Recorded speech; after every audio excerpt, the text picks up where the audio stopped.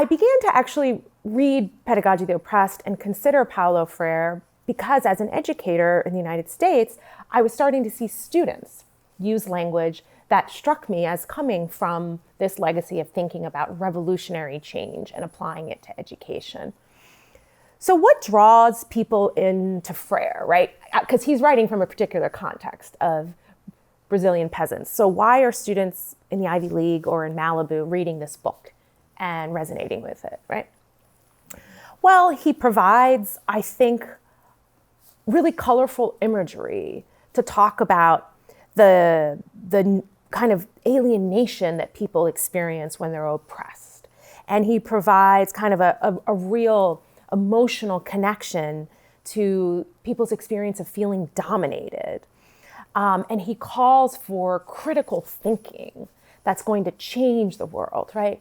So he wants to kind of move from this fatalistic view of the world where we can't do anything about the suffering around us and present a pedagogy that's going to empower people. You know, he wants to break down the student-teacher dichotomy where teachers become students of their students and, you know, students become teachers of their teachers. And, you know, he wants to break down this kind of authority in the classroom and uphold that everybody has the capacity to, inside of themselves, come to know their place in history and take charge of that place in history. So I think he uses these words. So Freire provides a lexicon, right? He provides a set of words: liberation, revolution, reality, consciousness raising, problem solving, dialogue, anti-dialogue, action, oppression. Part of the reason for Freire's enduring legacy is that people resonate with these words. But I think let's start now to talk a little bit about what some of these words actually mean. And part of the reason I've read Freire and taught him is because I think oftentimes these words don't mean what people think they mean when they pick up Freire. So let's start a little bit with dialogue and anti-dialogue. Why is this significant? People more often think that Freire is giving us a method of dialogue. But what I want to try to explain briefly is you can't understand Freire's method of dialogue if you don't understand that he's actually talking about dialogue and anti-dialogue. Well, what does this mean? Okay, Freire starts with this idea that reality, as he sees it, is locked in contradictions, in opposites. So the oppressed have to have an oppressor, right? And education, to the extent it's going to solve this problem of oppressed and locked in contradiction with the oppressor, well, the oppressors have their form of education, and for Freire, it's anti-dialogical. He calls this anti-dialogical method of education, he calls it the banking method, right? Where oppressors pass on, he calls this a love for the past, a love for the dead past, necrophilia, a love for dead things. And they pass on this dead set of books and ideas to the oppressed in a way to try to fool the oppressed to identify with the oppressors.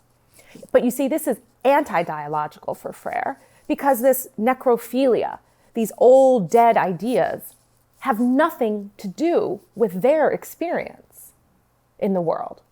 So Freire's method of dialogue is primarily about consciousness raising for the oppressed to come to see what their true experience is, to come to see that they are oppressed, and to come to see that inside of them, they have a protagonistic role to play in history, to participate in the revolution, to resolve this contradiction between oppressed and oppressor. So they need to fight. So dialogue is actually about consciousness raising to prepare people to fight as a group to overcome oppression and the anti-dialogical method of action. So Freire says in Pedagogy of the Oppressed, quote, "If men and women are searchers and their ontological vocation is humanization, sooner or later, they may perceive the contradiction in which banking education seeks to maintain them and then engage themselves in the struggle for their liberation. So, again, I think there's some echoes of Dewey also in Pedagogy of the Oppressed, that human beings are in a process of becoming, they have an unfinished character, and reality has a transformational character. So this kind of gets to this topic we talked about yesterday. Education is transformation. What does it mean to say education is transformation? Well, again, I think we need to ask ourselves, what does Freire mean here by transformation? He means transforming history, not transforming oneself, right? This critical consciousness raising is the real end here is to transform history. And he says, and here I'm quoting from Freire again. Freire says, quote, "The action and reflection of men and women upon their world in order to transform it," end quote, to transform the world. This to me has echoes of, I think, Marxist philosophy, right? That the goal of philosophy isn't to know the world, it's to change it. But they're not changing themselves, right? There's no personal transformation.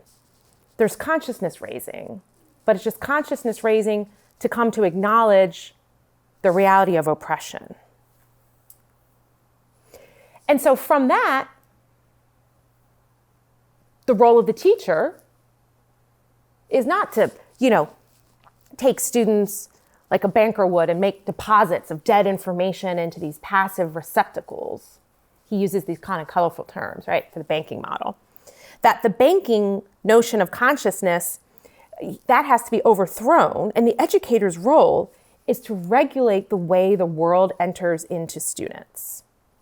So the educator's role is to pose this problem of this fundamental contradiction between the oppressed and the oppressor, and get the oppressed to see that they have a protagonistic role to play in overthrowing this contradiction.